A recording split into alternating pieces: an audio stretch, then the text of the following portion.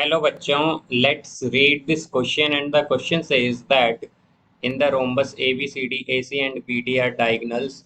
If the diagonals are first 16 centimeter and 12 centimeter, second 24 centimeter and 10 centimeter, find the length of each of its sides in both the cases। तो आइए अब इस question को यहाँ पर हम solve कर लेते हैं। इस क्वेश्चन में कहा गया है कि जो रोम्बस एबीसीडी है इसमें एसी और बीडी डायगोनल्स हैं और हमें यहाँ पर दो पार्ट गिवन है। इसमें अगर हमें डायगोनल्स गिवन है तो हमसे कहा गया है कि हमें बताना है कि साइड्स क्या होंगी इन दोनों केसेस में। तो यहाँ पर हम की कॉन्सेप्ट यूज करेंगे, कॉन्सेप्ट दैट इन रोम्बस। तो रोम्बस में क्या होता है हमारे पास, रोम्बस डायगोनल्स जो है वो बाइसेक्ट करती हैं एक दूसरे को, diagonals bisect each other, each other at 90 degree. या तो हम कह सकते हैं कि 90 डिग्री या फिर राइट एंगल पर क्या करती हैं, एक दूसरे को डायगोनल्स बाइसेक्ट करती हैं एट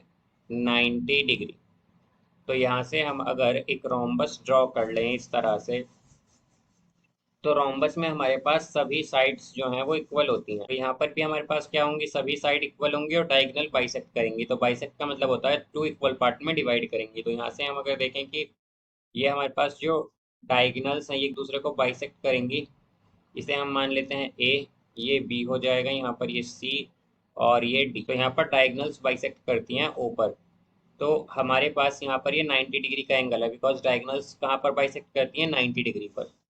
तो यहाँ से हम अगर देखें तो हम क्या कहेंगे कि हमारे पास इन ट्रायंगल, तो ट्रायंगल ए ओ बी जो है हमारे पास, ये कैसा ट्रायंगल है, ये एक राइट एंगल ट्रायंगल है। इसमें बिकॉज इसमें हमारे पास ओ पर 90 डिग्री है तो इसलिए क्या हो गया, ये राइट एंगल ट्रायंगल। अब यहाँ से हम अगर देखें तो इसमें हमारे पास जो ए ओ है वो इक्वल होगा ओ बी के, बिकॉज हमने जैसे कि की कंसेप्ट में देखा है कि डायगोनल एक दूसरे को बाइसेक्ट करती हैं, यानी कि इक्वल पार्ट में डिवाइड करती हैं। तो अगर यहाँ पर इक्वल पार्ट में डिवाइड कर रही है तो इसका मतलब क्या होगा कि हमारे पास जो ओ ए है वो इक्वल होगा ओ बी के। या फिर हम ये भी कह सकते हैं ये इसलिए इक्वल है बिकॉज हमारे पास जो ओ ए है वो इक्वल होगा ओ सी के, ओ सी के, और हमारे पास जो ओ बी है ये इक्वल होगा ओ डी के। और हम जानते हैं कि हमारे पास यहाँ पर इसलिए आया है क्योंकि डायगोनल्स यहाँ पर एक दूसरे को बाइसेक्ट कर रही हैं और टू इक्वल पार्ट में डिवाइड कर रही हैं। इसीलिए हमारे पास ये ओ ए इक्वल हो जाएगा ओ बी के, ओ बी इक्वल हो जाएगा ओ सी के, और ओ सी इक्वल हो जाएगा ओ डी के। इसलिए यहाँ पर ये सभी पार्ट हमारे पास यहाँ पर ये जो ओ ए ओ बी ओ सी और ओ डी हैं इक्वल होंगे। अब यहाँ से हम अगर देखें तो हमारे पास ये जो ट्राइंगल ए ओ बी था इसमें ए ओ इक्वल आया है ओ बी के। तो अगर ये इक्वल है और हम जानते हैं कि राइट एंगल ट्राइंगल में हमारे पास पाइथागोरस थ्योरम के अकॉर्डिंग क्या होता है कि hypotenuse square is equal to perpendicular square plus base square. और हाइपोटेन्यूस जो होती है वो होती है राइट एंगल के अपोजिट वाली साइड। तो यहाँ पर राइट एंगल के अपोजिट क्या है हमारे पास, ए बी, यानी कि ये होगा हमारे पास A B square is equal to O A square plus O B square, ये आएगा यहाँ पर। तो यहाँ से अब अगर हम देखें तो हमारे पास क्या कहा गया है कि हमें डायगोनल्स जो फर्स्ट पार्ट में गिवन है वो है यहाँ पर, फर्स्ट में अगर हम देखें तो यह है हमारे पास 16 सेंटीमीटर और 12 सेंटीमीटर। तो हम मान लेते हैं कि ए सी 16 सेंटीमीटर है और ए बी 12 सेंटीमीटर है। एक्चुअली बी डी 12 सेंटीमीटर है बिकॉज हमसे यहाँ पर डायगोनल गिवन है ये। तो अगर हम देखें कि ए सी अगर 16 सेंटीमीटर है तो ओ ए और ओ सी इक्वल है यहाँ पर। और ये क्या है यहाँ पर, डायगोनल्स बाइसेक्ट कर रही है तो यानी कि ये इक्वल होंगी हाफ ऑफ ए सी के। तो इसे हम कह सकते हैं कि इक्वल होंगी हाफ ऑफ ए सी यानी कि 8 सेंटीमीटर के। इसी तरह अगर हम देखें तो हमारे पास जो ओ बी और ओ डी है ये इक्वल होंगी, O B O D equal होंगी, या फिर हम कह सकते हैं कि ये हमारे पास बी डी बाई टू के इक्वल होंगी बिकॉज डायगोनल्स बाइसेक्ट कर रही हैं। तो यहाँ पर ये क्या आ जाएगा हमारे पास 12/2 यानी कि 6 सेंटीमीटर। तो यहाँ से अगर हम देखें तो हमारे पास क्या आया था, A B square is equal to O A square plus O B square. तो इस केस में हमारे पास जो फर्स्ट है इसमें क्या होगा, इसमें हमारे पास ए बी स्क्वायर आएगा, A B square is equal to O A की जगह हम क्या पुट कर देंगे 8।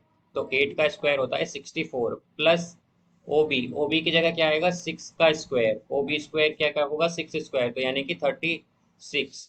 तो ए बी स्क्वायर आ गया यहाँ से हमारे पास 100 और ए बी को हम लिख सकते हैं यहाँ से +-10, और हम जानते हैं कि साइड हमारे पास कभी भी नेगेटिव नहीं हो सकती, इसलिए हम क्या लेंगे यहाँ से ए बी हमारे पास +10 सेंटीमीटर आएगा। और ए बी क्या है, यहाँ पर साइड है, और हम जानते हैं कि रोम्बस में सभी साइड इक्वल होती हैं, इसलिए हम क्या कहेंगे कि साइड्स ऑफ रोम्बस, जो साइड्स हैं रोम्बस की, वो हैं हमारे पास आर 10 सेंटीमीटर ईच। तो हर एक साइड कितनी होगी, 10 सेंटीमीटर की होगी।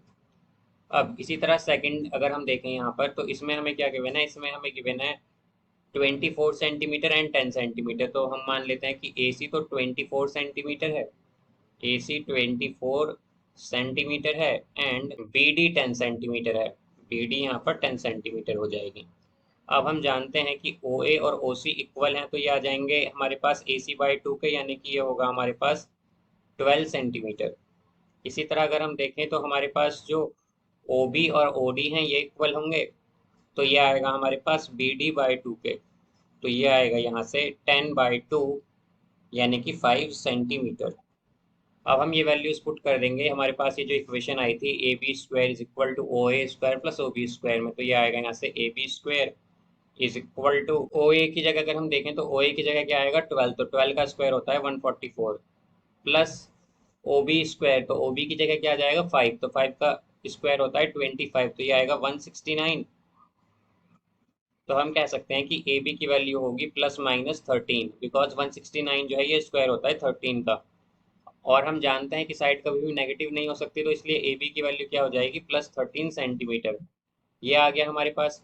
अब यहाँ से हम अगर देखें तो हमें बेसिकली साइड बतानी थी कि क्या होगी रोम्बस की, तो हम क्या कह सकते हैं कि हमारे पास रोम्बस की सभी साइड इक्वल होती हैं, तो इसीलिए हमारे पास इन रोम्बस हम क्या कहेंगे, in rhombus all sides are equal, क्योंकि रोम्बस में हमारे पास सभी साइड्स क्या होती हैं, इक्वल होती हैं, इक्वल, देयरफॉर, तो इसीलिए हमारे पास क्या होगा यहाँ पर, therefore each side of rhombus is 13 centimetre, तो हर एक साइड कितनी होगी, 13 सेंटीमीटर होगी यहाँ पर। और अगर हम देखें तो फर्स्ट में क्या आई थी हमारे पास 10 सेंटीमीटर, और सेकंड में आई है 13 centimetre. So I hope you understood it well, best of luck, thank you.